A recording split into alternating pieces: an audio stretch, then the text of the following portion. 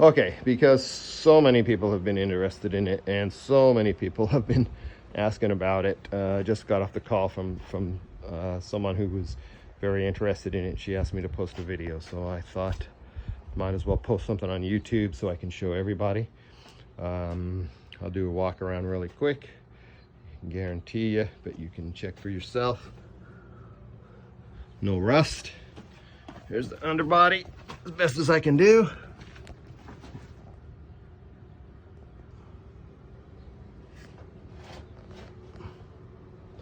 Again, I can provide more details later. This is just for show, even though it's a real fire extinguisher. I doubt it's going to catch on fire. This right here is a container. It's not really a jury rig. It's where I hold things like the lead substitute and things like that. Got a few dents, you know. It's a 70-year-old farm truck. What do you expect? But it doesn't have any rust. You can check it out. The inside, glove box, gauges. I added this because I put in the electric wipers, so that's the wipers. This is the interior lights. This is the running lights, and I added a 12-volt system that augments the 6-volt system, because the original 6-volt is also there. Yes, I know in 53 they didn't have that logo, but I thought it looked cool. Come around the back. It's got the side mount spare tire that needs a new inner tube. Come over here, you can see it's got the original radio, hard to find.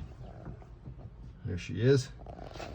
Got your clutch, your brake, your gas. Got your 3 shifters. So I know this plate doesn't belong there, but I thought it looked cool there. So that's your shift reminder. Not that you should need it. It's only got 3 gears.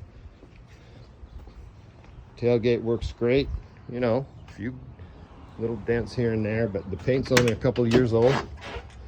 What I wanted to show was up under here. Now this is going to be tricky.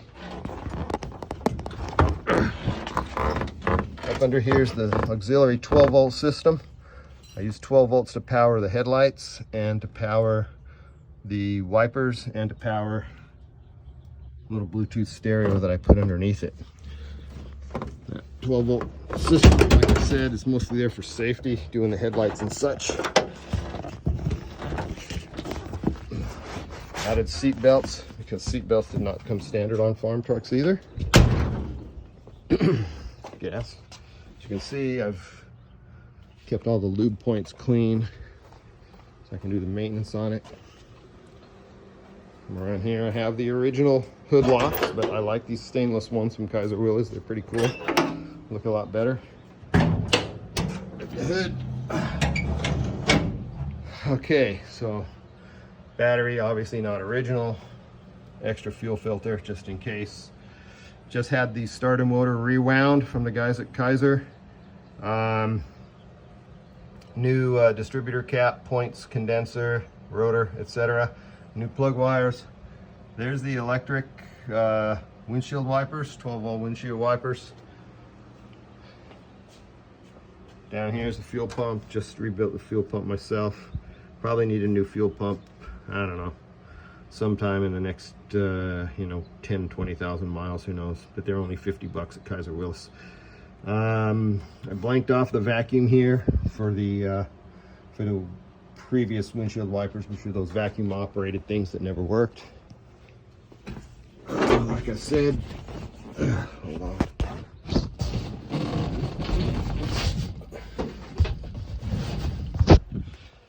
Added seat belts. Now here's something I added. This is right here, a single piece molded headliner.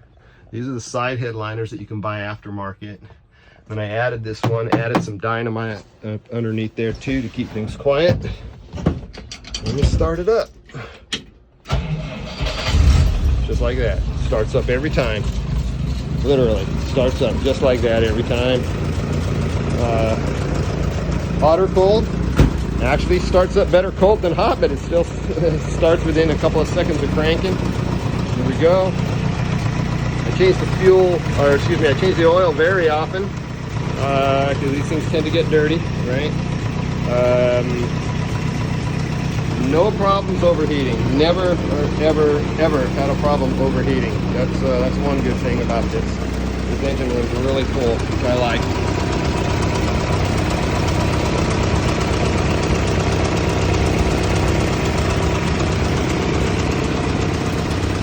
Okay, two known issues. One of them is the brake master cylinder has a leak. See the master cylinder down under there. I have been too lazy to fix it, so basically I just go and I add some brake fluid every now and then. And it's a lot easier because it ain't leaking that bad. And also the rear seal on the transfer case. So come around here to the transfer case. You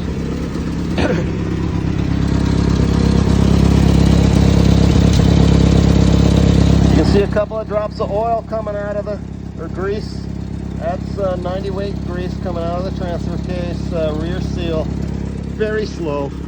So what I do about every, I don't know, every few months or every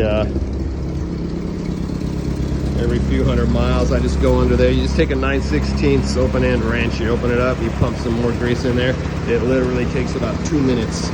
So it's so easy to do that I've been too lazy to take that seal off and replace it. But you can get a new seal at Kaiser Willys also for about 20 bucks.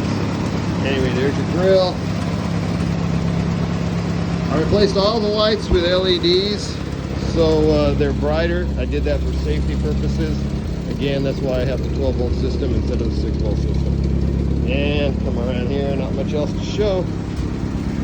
This right here is a 6-volt solar charger. Put that on there because it's been sitting for so long, especially since we've been working from home the last couple of years.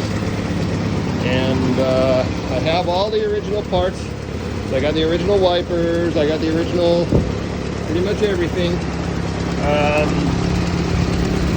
Right there is your number plate. I got the original number plate too, but it's really hard to read. So when I went to the DMV, and it took a couple hours for them to finally believe me that that was the actual VIN number, I decided I better get something like that made and put that in there. Here's the truck bed. And it's a small window, so I want to point that out. Even though this is registered as a 54, mechanically it's a 53. People don't realize that back in those days, you know, they just would do a production run till they ran out of parts. It's not like there was a particular model year and they said, okay, on this date's the new model year. Companies like Willys and like that, they would run until they were out of parts. So it's got the F-head motor, it's got the small window, it's got other characteristics of a 53, but is listed as a 54. Anyway, there's the truck, and signing out.